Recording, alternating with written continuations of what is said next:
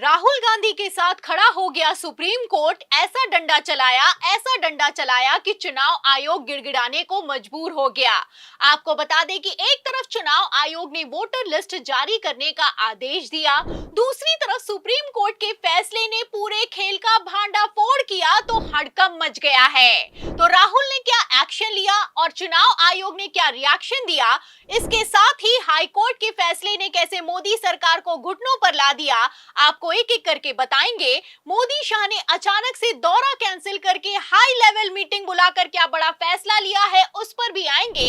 लेकिन खबर में सबसे पहले बिग ब्रेकिंग देखिए कि कैसे राहुल ने चुनाव आयोग की धज्जियां उड़ाकर रख दी हैं और चुनाव आयोग गिड़गिड़ाने को मजबूर है। खबर आप देखिए आज तक की। देखिए इसमें लिखा हुआ है कि राहुल गांधी के आरोपों पर ईसी ने उठाए सवाल, कहा शिकायत में दम है तो चिट्ठी क्यों नहीं लिखते।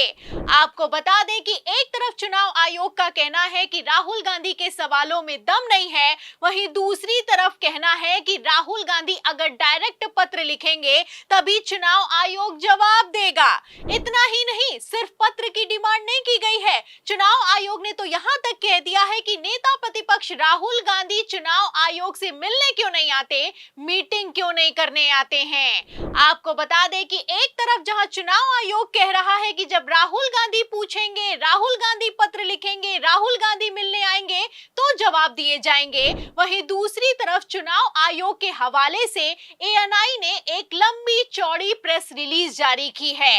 इस प्रेस रिलीज में आप देख सकते हैं कि कहीं पर भी चुनाव आयोग का ना ही नाम है और ना ही ज्ञानेश कुमार के हस्ताक्षर हैं, जबकि ऐसा कभी भी नहीं होता है। जब भी चुनाव आयोग कोई जवाब देता है तो उसमें नाम बाकायदा लिखा होता है। एक तरीके से राहुल गांधी को धमकी भरा पत्र जारी कर दिया गया है और ऐसा पत्र जारी कर दिया गया है जिसमें चुनाव आयोग ने किसी तरह का कोई स्टैंप लगाना तक जरूरी नहीं समझा है।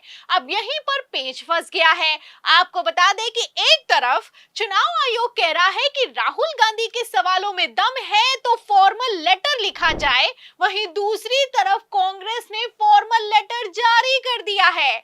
आपको बता दें कि कांग्रेस का कहना है कि लेटर तो हमने कब का लिख दिया था, लेकिन शायद चुनाव आयोग में दम नहीं है कि ये लोग जवाब नहीं दे पा रहे हैं। आप देख सकते हैं कि कांग्रेस की तरफ से बाकायदा लेटर को जारी कर दिया गया और इस लेटर में आप देख सकते हैं कि स्टैंप भी लगा हुआ है, सिग्नेचर भी हुआ है, कांग्रेस का नाम भी लिखा हुआ है और तारीख भी पड़ी हुई है। इसमें तारीख है 7 फरवरी 2025, यानी 7 फरवरी को ही फॉर्मल लेटर लिखा जा चुका है। चुनाव आयोग से सवाल किया जा चुका है महाराष्ट्र के चुनावों की वोटर लिस्ट को लेकर और तो और हरियाणा की वोटर लिस्ट को लेकर, और सिर्फ फरवरी के महीने में नहीं, आप देख सकते हैं पिछले साल 10 दिसंबर 2024 को भी पत्र लिखा गया था। तो पत्र दोनों मौजूद हैं और इन पत्रों से आप अंदाजा लगा सकते हैं कि किस तरीके से चुनाव आयोग अपने ही बनाए जाल में बुरी तरीके से फंसता हुआ नजर आ रहा है।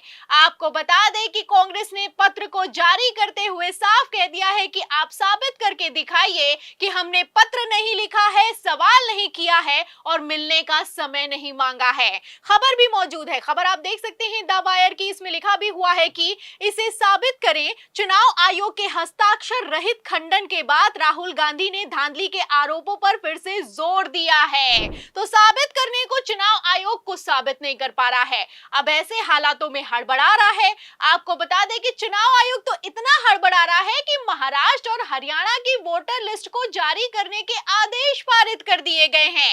एक तरफ जहां आदेश पारित हुए हैं, वहीं दूसरी तरफ राहुल गांधी ने इसी खबर को शेयर करते हुए लिखा है कि अच्छी बात है कि आप वोटर लिस्ट जारी करने वाले हैं, लेकिन कम से कम ये तो बता दीजिए कि ये वोटर लिस्ट किस तारीख को प्रोवाइड की जाएगी। तो राहुल गांधी ने चौतरफा फंसा दिया है और ऊपर से चुनाव आयोग ने हिट विकेट किया है। आपको बता दें कि ये वो वोटर लिस्ट है जिसको लेकर हाईकोर्ट की तरफ से आदेश पारित किया गया था कि आप 3 महीने में फैसला कीजिए।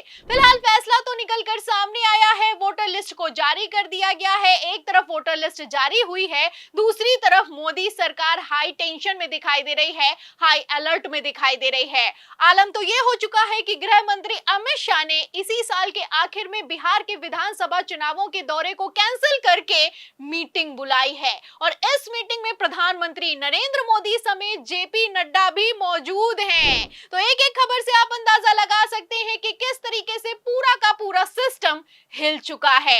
आपको बता दें, इसी तरीके से पहले भी चुनाव आयोग ने ममता बनर्जी के सवालों पर हड़बड़ी में गड़बड़ी कर दी थी।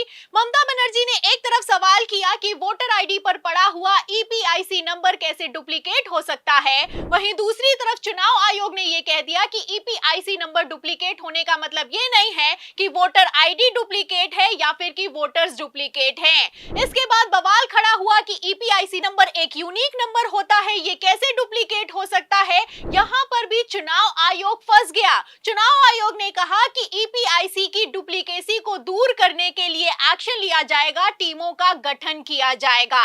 तो यहां पर भी चुनाव आयोग ने पहले हिट विकेट किया था, अब वही एक बार फिर से दोबारा होता हुआ नजर आ रहा है। फिलहाल ममता बनर्जी के केस में चुनाव आयोग फंसा, अब वही राहुल गांधी के केस में भी होता हुआ नजर आ रहा है। आपको बता दें कि राहुल गांधी रुकने वाले नहीं है। राहुल गांधी ने चुनाव आयोग पर नया हमला बोला है। राहुल गांधी ने कह दिया है कि पारदर्शिता कोई एहसान नहीं है, संवैधानिक दायित्व है। तो जो राहुल गांधी ने कहा था वही सुप्रीम कोर्ट ने भी कहा है। आपको बता दें, सुप्रीम कोर्ट ने साफ कह दिया है कि अगर उम्मीदवार को शक है तो ये इंजीनियर की, चुनाव आयोग की जिम्मेदारी बनती है कि पारदर्शिता को सुनिश्चित किया जाए, ना ही ईवीएम से डेटा को डिलीट किया जाए और ना ही किसी डेटा को रीलोड किया जाए। तो राहुल गांधी के सवालों और सुप्रीम कोर्ट के फैसले ने पूरे सिस्टम को हिला कर रख दिया है। एक तरफ राहुल ने सबूत दिखाए कि महाराष्ट्र चुनाव धांधली का ब्लूप्रिंट था। पहले चुनाव आयोग पर कब्जा किया गया, फिर फर्जी वोटिंग हुई और आखिर में भयंकर धांधली के सबूतों को छुपा दिया गया। एक तरफ राहुल ने एक्सपोज किया है, दूसरी तरफ सुप्रीम कोर्ट ने भी डंडा चलाया है। फिलहाल राजीव कुमार के कार्यकाल में क्या हुआ, कैसे हुआ, उसकी पोल पट्टी अब खुलती हुई नजर आ रही है। अब राजीव कुमार जैसे ज्ञानेश कुमार तो पक्के खिलाड़ी है नहीं, ऐसे में क्या भांडाफोड़ हो चुका है। आपको बता दें कि राहुल गांधी ने सिर्फ डिजिटल वोटर लिस्ट नहीं मांगी, बल्कि 5 बजे के बाद के सीसीटीवी फुटेज भी मांग लिए हैं, तो बवाल खड़ा हो गया है। आरोप है कि महाराष्ट्र में आखिर के 1.5 घंटे में 76 लाख से ज्यादा का मतदान दर्ज किया गया है। फिलहाल हाईकोर्ट के आदेश पर वोटर लिस्ट तो जारी हो चुकी है। ऐसे में जब महाराष्ट्र और हरियाणा के पोलिंग बूथों के सीसीटीवी फुटेज सामने आएंगे तो क्या होगा, आपको क्या लगता है? क्या नेता प्रतिपक्ष राहुल गांधी के सवालों ने मोदी सरकार के पूरे सिस्टम की धज्जियां उड़ाकर रख दी हैं? इस सवाल के जवाब में पूरी रिपोर्ट पर आपको क्या लगता है? क्या चुनाव आयोग ने खुद ही हिट विकेट कर दिया है? जो भी आप सोचते हैं हमें कमेंट बॉक्स में जरूर लिखें। वीडियो को ज्यादा से ज्यादा शेयर करें, हमारे चैनल को लाइक करें, सब्सक्राइब करें, ज्वाइन करें। फिर मिलती हूँ अगली खबर के साथ, तब तक के लिए धन्यवाद।